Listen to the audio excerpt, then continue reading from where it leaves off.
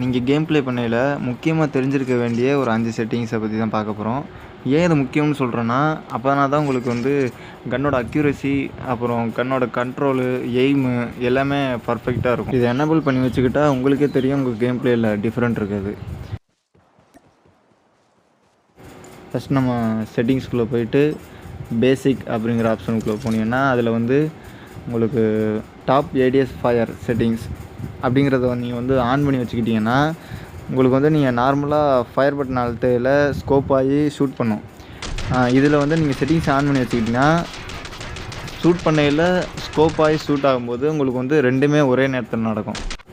இதில் பார்த்தீங்கன்னா தெரியும், ஸ்கோப் ஆகிறதுக்கு முன்னாடியே 2 புல்லட் வந்து முன்னாடியே போயிடும். இதில் வந்து ஸ்கோப் ஆனதுக்கு அப்புறம் தான் புல்லட்டு ஷூட் ஆகுது. அதனால தான் இந்த செட்டிங்ஸ் ஆன் பண்ணி வச்சுக்கிட்டிங்கன்னா உங்களுக்கு வந்து எனிமி கூட ஃபைட் பண்ணையில் கொஞ்சம் சீக்கிரமாகவே டேமேஜ் பண்ணிடலாம்.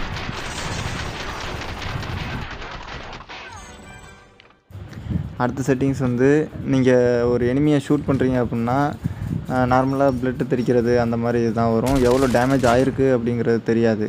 நீங்கள் வந்து இந்த செட்டிங்ஸு டேமேஜ் நம்பருங்கிற செட்டிங்ஸை வந்து நீங்கள் ஆன் பண்ணி வச்சுக்கிட்டிங்கன்னா எனிமியை சுடும்போது நம்பர்ஸ் வந்து தெரியும், எவ்வளோ டேமேஜ் ஆகிருக்குங்கிறத பார்த்துக்கலாம். அது மூலமாக நம்ம வந்து அவன் தப்பிச்சு ஓடினாலும் விரட்டி போய் அடிக்கிறதுக்கு ஈஸியாக இருக்கும். இந்த செட்டிங்ஸ் ஆன் பண்ணி வச்சுக்கிட்டிங்கன்னா உங்களுக்கு எவ்வளோ டேமேஜ் ஆகுது அப்படிங்கிறது தெரியும். அடுத்த செட்டிங்ஸ் வந்து ஜைரோஸ்கோப்.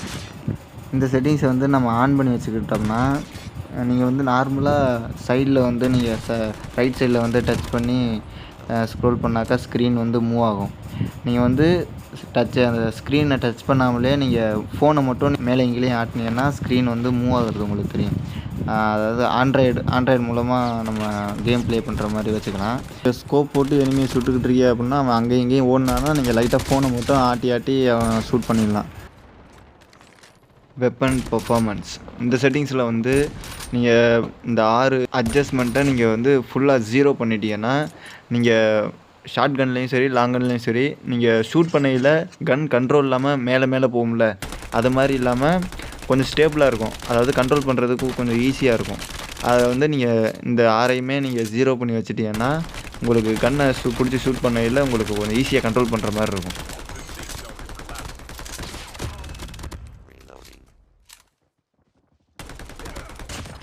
ஏடிஎஸ் செட்டிங்ஸ் அதுக்குள்ளே போனீங்கன்னா உங்களுக்கு 4 ஆப்ஷன் கொடுத்துருப்பாங்க. ஃபஸ்ட் ஆப்ஷன் வந்து டேப் ஏடிஎஸ் அப்படின்னா நீங்கள் ஒரு டேப் பண்ணிங்கன்னா ஸ்கோப் ஆகும், இன்னொரு டேப் பண்ணிங்கன்னா ஸ்கோப் எடுத்துக்கும்.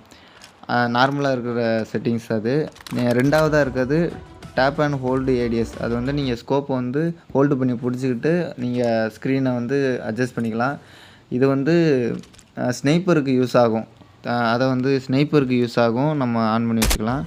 மூணாவதாக இருக்கிறது வந்து ஹைப்ரிட் ஏடிஎஸ் அப்படின்னா இதில் வந்து ரெண்டுமே இருக்கும். ஒரு டேப் பண்ணி நீங்கள் ஸ்கோப் போட்டுக்கலாம், இல்லை லாங் ப்ரெஸ் பண்ணியும் நீங்கள் ஸ்கோப் போட்டுக்கலாம். இதில் வந்து 2 ஆப்ஷனுமே இருக்கும். 4வது வந்து